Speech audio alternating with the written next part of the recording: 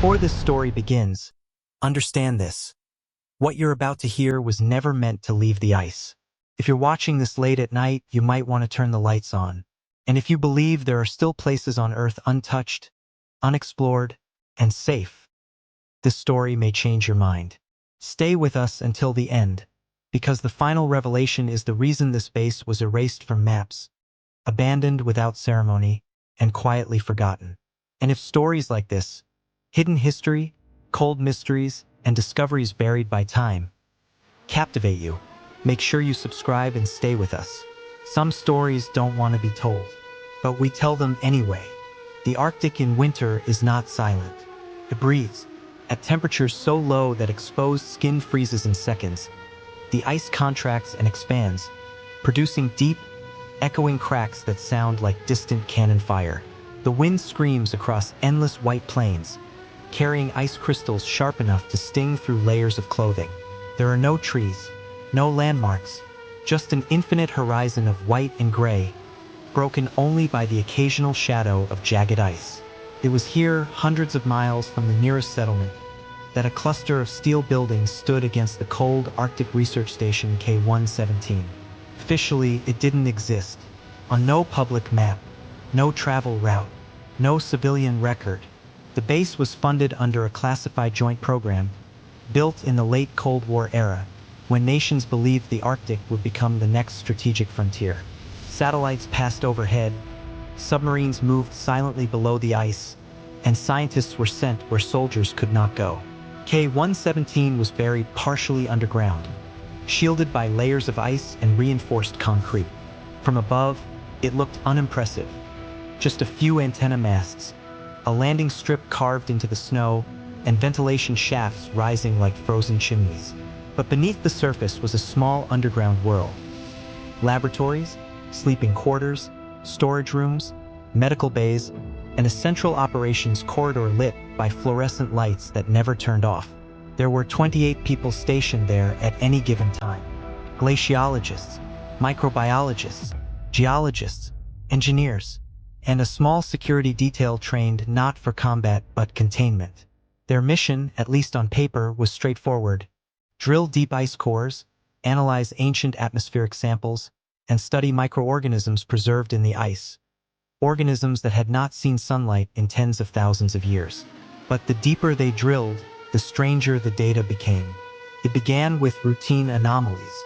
Ice cores pulled from over 2 miles below the surface showed unusual layering. Sections that appeared melted and were frozen in patterns that did not match known climate cycles. Some layers were warped, twisted, as if subjected to intense localized heat. Instruments occasionally malfunctioned when brought near certain samples, screens flickering, readings spiking without explanation. At first, the team assumed equipment failure. The Arctic was brutal on machines. Cold warped metal, ice dust clogged sensors. Nothing unusual, until the biological lab sent its first flagged report.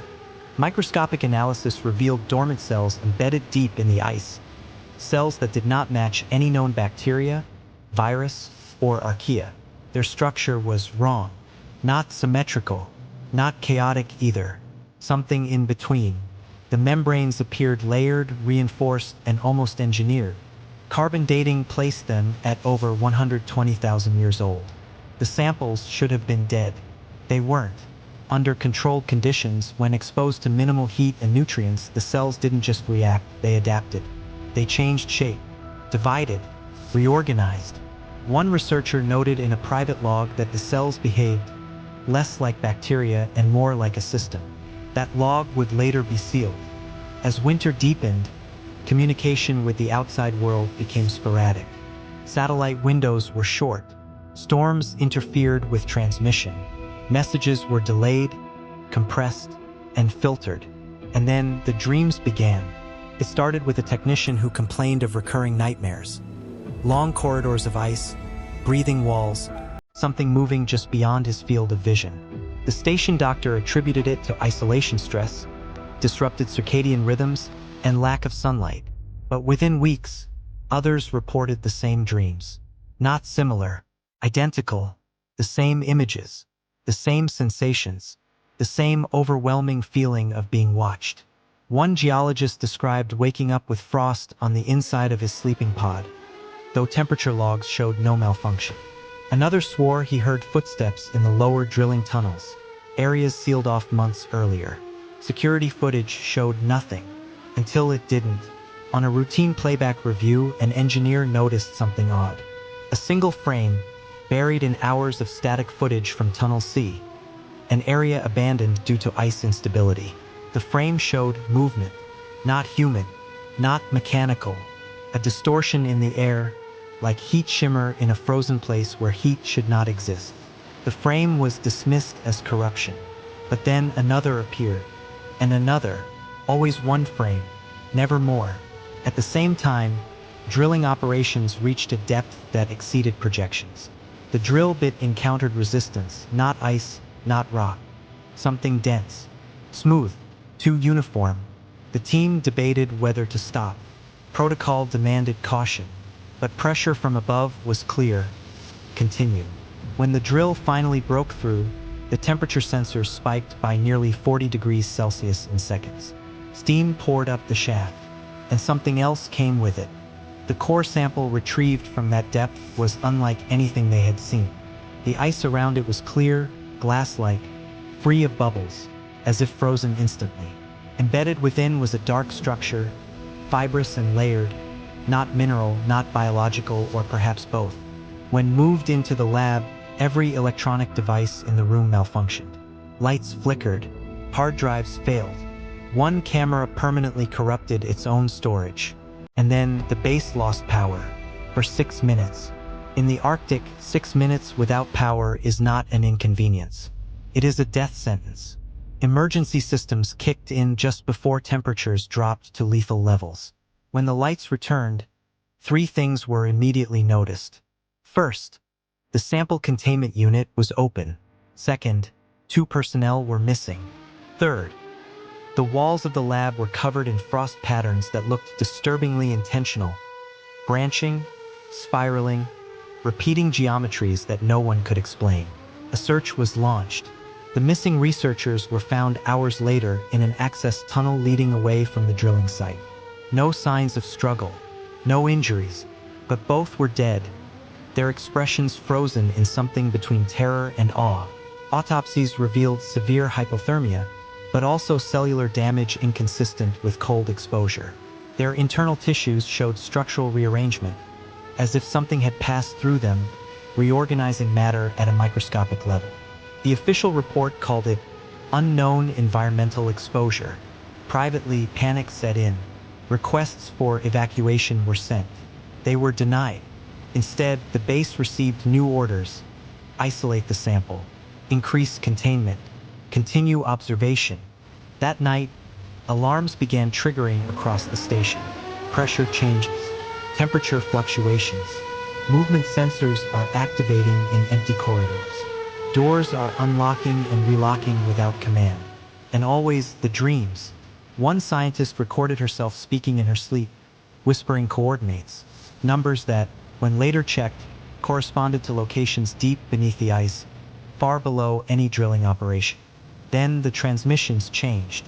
Outgoing messages from K-117 became fragmented. Sentences cut off mid-word. Audio filled with low-frequency interference. In one transmission, a voice, not belonging to any known personnel, could be faintly heard beneath the static, repeating a phrase no one could translate. The final message received from the base was only 12 seconds long. "We didn't find it," the station commander said, his voice strained. "It found us." After that, silence. No signals, no heat signatures, no movement. Weeks later, a recovery team was dispatched during a narrow weather window. They expected survivors. What they found was abandonment. Meals half prepared, personal belongings left behind, beds unmade. Terminals are still powered, looping corrupted data. And the drilling site, sealed with layers of hastily poured concrete and steel, reinforced far beyond necessity. There were no bodies, no signs of evacuation, no explanation. The official story claimed a structural failure forced an emergency withdrawal. The base was deemed unsafe, too expensive to recover, and permanently abandoned. But that wasn't the real reason. Years later, declassified fragments hinted at the truth, that beneath the Arctic ice, something ancient had been disturbed. Something that had survived extinction events, climate shifts, and millennia of isolation. Something that did not behave like life as we understand it. Satellite scans of the region still show anomalies. Subtle heat signatures beneath the ice, impossible to explain. The ice above K-117 remains unstable, despite the surrounding areas remaining frozen solid. And no nation has ever attempted to return. The base still stands there, entombed in ice, its corridors frozen in time. Whatever was discovered beneath it remains buried or waiting, because the Arctic does not forget. And some discoveries are not meant to be understood, only sealed away. If this story unsettled you, if it made you wonder what else lies hidden beneath our world, leave a comment below. Share this with someone who believes the Earth has no more secrets. And subscribe, because there are more stories like this, buried just beneath the surface, waiting to be uncovered. Out there, under miles of ice, something was found, and it may not be finished with us.